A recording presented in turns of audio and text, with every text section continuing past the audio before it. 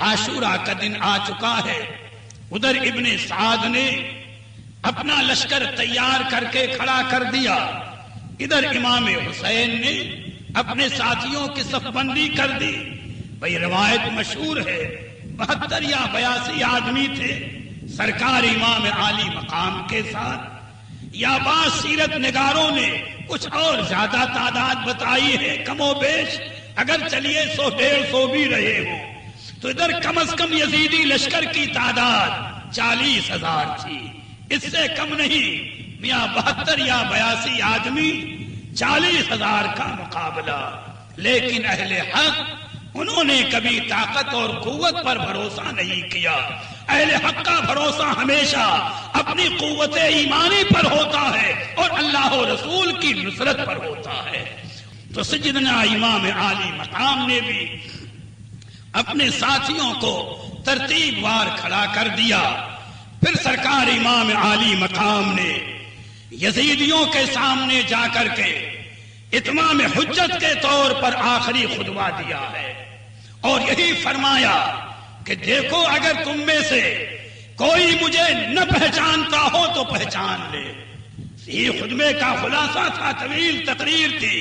فرمایا اگر تم میں سے کوئی نہ جانتا ہو، نہ پہچانتا ہو کہ میں کون ہوں تو پہچان لے کہ میں اللہ کے پیارے حبیب جناب محمد الرسول اللہ کا نواسا ہوں، اللہ کے پیارے حبیب کی شاہزادی سیدہ فاطمہ زہرا خاتون جنت کا جگر گوشہ ہوں، میں علی مرتضیٰ کا لاڈلا ہوں، اور میرا مطالبہ یہی ہے کہ تم میرا مقابلہ کیوں کر رہے ہو؟ اگر میں نے تم میں سے کسی آدمی کو قتل کیا ہو تو بتاؤ، تمہارا مال لوٹا ہو تو بتاؤ، تم پر ظلم کیا ہو تو بتاؤ، اور جب میرا کوئی معاملہ نہیں تو میری نصیحت ہے کہ میرے خون ناحق کا داغ اپنے دامن پر نہ لو۔ سرکار امام کا جواب یہ آخری خطبہ تھا اتمام حجت کے لیے۔ یزیدیوں نے مطالبہ کیا کہ آپ یزید کی بیعت کر لیں۔ فرمایا جان دینا گوارا ہے مگر یزید جیسے فاسق و فاجر کے ہاتھ پر بیعت کرنا گوارا نہیں ہے۔ میں نے اتمام حجت کر لی، اب تم جس طرح میدان میں آنا چاہو ہم مقابلے کے لیے تیار ہیں۔ علماء فرماتے ہیں کہ ابن سعد نے جنگ شروع کرنے کے لیے اس شخص کو اپنے قریب بلایا جو یزیدی لشکر کا جھنڈا اٹھائے ہوا تھا، اور کہتا ہے کہ جھنڈا میرے قریب گاڑ دو۔ جھنڈا قریب گاڑا گیا تاکہ معلوم ہو کہ یزیدی لشکر کا سپہ سالار یہاں پر ہے، اور اسی ابن سعد نے اسی وقت تیر اور کمان طلب کیا۔ جب اس کے ہاتھوں میں کمان اور تیر آ گئے تو اس نے لشکر یزید سے کہا کہ دیکھو پہلا تیر امام حسین پر میں چلانے جا رہا ہوں، گواہ رہنا، یزید کے سامنے گواہی دینا کہ امام حسین پر پہلا تیر میں نے چلایا ہے، اور یہ کہہ کہ اس ظالم شقی ازلی نے امام حسین کے لشکر پر پہلا تیر چلایا۔ اب جنگ کا گویا آغاز ہو چکا ہے، واقعات شاہد ہیں، ترتیب اپنی جگہ پر کہ پہلے کون شہید ہوا مختلف کتابوں میں حالات ہیں۔ اگر ایک ایک شہید کے تفصیلی حالات بیان کیے جائے تو وقت چاہیے۔ امام عالی مقام کے ساتھیوں نے بھی شہادت کا جام نوش فرمایا، اور ان کے بعد پھر اہل بیت نبی میدان میں آتے رہے، جکے بعد دیگرے انہوں نے بھی شہادت کا جام نوش فرمایا، یہاں تک کہ منزل وہ آتی ہے کہ اب تنہا سیدنا امام حسین باقی ہے، یا 22 سال کے حضرت عابد بیمار باقی ہیں، یا 6 مہینے کے لیے اصغر ہیں، باقی اہل بیت کی خواتین محترم ہیں۔ حضرت سیدنا عابد بیمار ان کی عمر شریف اس وقت 22 سال کی تھی۔ علماء نے فرمایا کہ حضرت عابد بیمار میدان کربلا میں آنے کے بعد سخت بیمار ہو گئے تھے، اور قدرت کا نظام صرف اس لیے ان پر بیماری مسلط فرما دی کہ ان کو باقی رکھنا منظور تھا قدرت کو، اور انہی سے نسل امام حسین کو آگے بڑھنا تھا۔ بیماری بہرحال بہانہ بن گئی. حضرت عابد بیمار نے پھر بھی ہمت کی، لاٹھی لے کر ٹیکتے ہوئے میدان کربلا میں نکلے. سیدنا امام عالی مقام رضی اللہ تعالی عنہ نے جب دیکھا، قریب آئے، آواز دی، بازوؤں کو پکڑا اور فرمایا بیٹے عابد بیمار، تمہیں میدان کربلا میں نہیں جانا ہے، تمہیں سے میری نسل کو باقی رہنا ہے. اور نانا جان نے جو باطنی امانتیں اور والد محترم نے جو روحانی امانتیں عطا فرمائی ہیں، ان امانتوں کا تمہیں امین بننا ہے. اور یہ بھی ضروری ہے کہ اگر تم شہید بھی ہو جاؤ تو یزیدی ہمیں چھوڑیں گے نہیں. تو یہ سوچنا ہے کہ پھر میرے بعد اہل بیت کی خواتین محترم کا محرم کون ہوگا. انہیں مدینہ طیبہ پہنچانے والا میری نسل کو چلنا ہے، اور تمہیں کو اہل بیت کے لٹے قافلے کو لے کر میدان کربلا سے مدینہ طیبہ پہنچانا ہے. یہ فرما کر خیمے کے اندر لے آئے.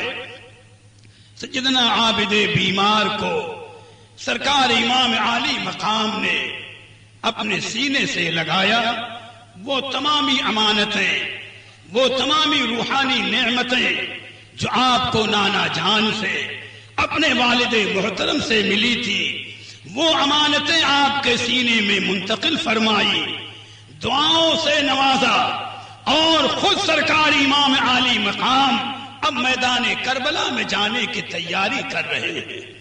کتنے میں حضرت سیدہ زینب رضی اللہ تعالی عنہا 6 مہینے کے لیے اصغر کو لیے ہوئے گود میں آپ کے قریب آئی اور عرض کیا، بھائی جان، علی اصغر کی بے کلی نہیں دیکھی جاتی، پیاس سے ان کا تڑپنا نہیں دیکھا جاتا، انہیں اپنی آغوش میں لے لے، یزیدیوں کے سامنے جائیں، ممکن ہے ان کا بچپنا دیکھ کر انہیں ترس آ جائے یا انہیں رحم آ جائے، انہیں تھوڑا سا پانی پلا دیں.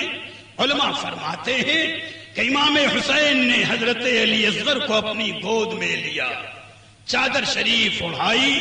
چونکہ سخت گرمی کا زمانہ، لو کے جھونکے چل رہے تھے، علماء نے فرمایا کہ امام حسین ان کے سامنے کوئی بھیک مانگنے نہیں گئے تھے، بلکہ اتمام حجت کے طور پر گئے تھے کہ کل میدان قیامت میں یزیدی نہ کہہ سکیں کہ اگر علی اصغر کے لیے پانی طلب کرتے تو ہم پانی دے دیتے. اتمام حجت کا معاملہ تھا، ورنہ ان سے نہ کوئی طلب تھی نہ ان سے کوئی اور معاملہ تھا. سیدنا امام عالی مقام رضی اللہ تعالی عنہ حضرت علی اصغر کو اپنی گود میں لیے ہوئے میدان کربلا میں یزیدی لشکر کے سامنے تشریف لائے. فرمایا، اے یزیدیوں، جو کچھ معاملہ ہے تمہارا میری ذات سے ہے. یہ 6 مہینے کلی اصغر ہیں، پیاس سے بے چین ہیں، انہیں تھوڑا سا پانی پلا دو. ممکن ہے تمہاری اس خدمت کے بدلے کل قیامت میں نانا جان کی بارگاہ سے تمہیں اس کا صلہ مل جائے. لیکن یزیدیوں کے مقدر میں اس بارگاہ سے رحم و کرم کی بھیک کہاں؟ ان کے دل تو اندھے ہو چکے تھے، وہ ظالم اور شقی بن چکے تھے. حرملہ بن کاہل نام کا ایک شخص آگے بڑھا اور سیدنا امام عالی مقام سے کہتا ہے کہ ذرا چہرے پاک علی اصغر سے چادر کا کونا تو ہٹائیں، میں دیکھنا چاہتا ہوں کہ ان کا تڑپنا کیسا ہے، پیاس میں ان کی کیفیت کیسی ہے. حرملہ بن کاہل نے جب کہا، سرکار امام عالی مقام نے حضرت علی اصغر کے چہرے پاک سے چادر کا کونا ہٹایا ہے. حرملہ بن کاہل تاک کر کے ایسا تیر مارتا ہے کہ وہ تیر حلقوم علی اصغر کو چھیدتا ہوا بازو امام میں پیوست ہو جاتا ہے. میاں ہمیں امام کو وہ سمجھے گا جس نے اپنے کندھے پر جوان بیٹے کا لاشا اٹھایا ہوگا، جس نے اپنے کندھے پر جوان بھائی کی لاش اٹھائی ہوگی، اپنے دوستوں کے جنازے اٹھائے ہوں گے، اپنی گود میں جس نے دودھ پیتے بچے کا جنازہ اٹھایا ہوگا، وہ سمجھ سکتا ہے کہ غم حسین کیا تھا میدان کربلا میں. اور پھر ایک وقت میں سارے مصیبت کے پہاڑ، لیکن واللہ اگر صبر و ضبط کا پہاڑ بھی ہوتا تو ریزے ریزے ہو جاتا، مگر پیشانی امام پر کوئی شکن نہ تھی. مردانہ وار ہر ظلم کا مقابلہ کر رہے تھے اور امتحان کی راہ سے گزر رہے تھے.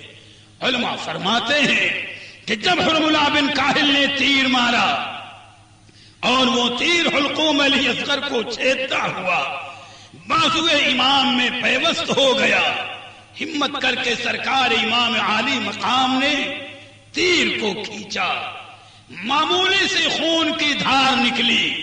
علی اصغر نے ایک ہچکی لی، روح پرواز کر جاتی ہے.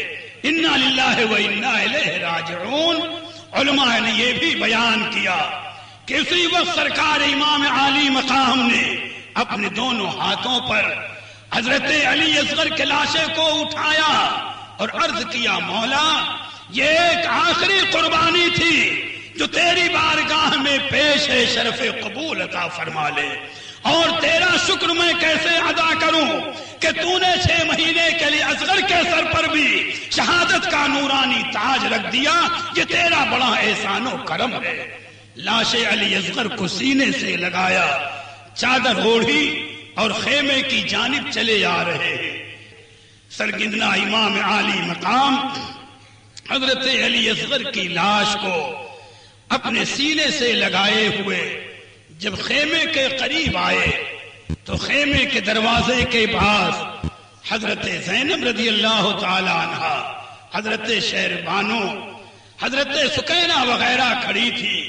اندر سے حضرت زینب نے آواز دے کر پوچھا کہ اے بھائی حسین، کیا یزیدیوں نے میرے علی اصغر کو پانی پلا دیا؟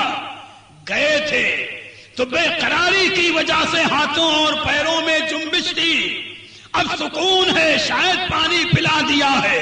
سوچو قلب امام پر کیا گزری ہوگی، کیسا عالم رہا ہوگا. لیکن سرکار امام عالی مقام نے صبر کرتے ہوئے اطمینان سے حضرت علی اصغر رضی اللہ تعالی عنہ کی لاش کو آگے بڑھایا. فرمایا، بہن زینب، بیٹے علی اصغر نے وہ جام پی لیا ہے کہ اب دنیا کے پانی کی کوئی حاجت نہیں ہے. سیدنا علی اصغر نے بھی شہادت کا جام نوش فرمایا.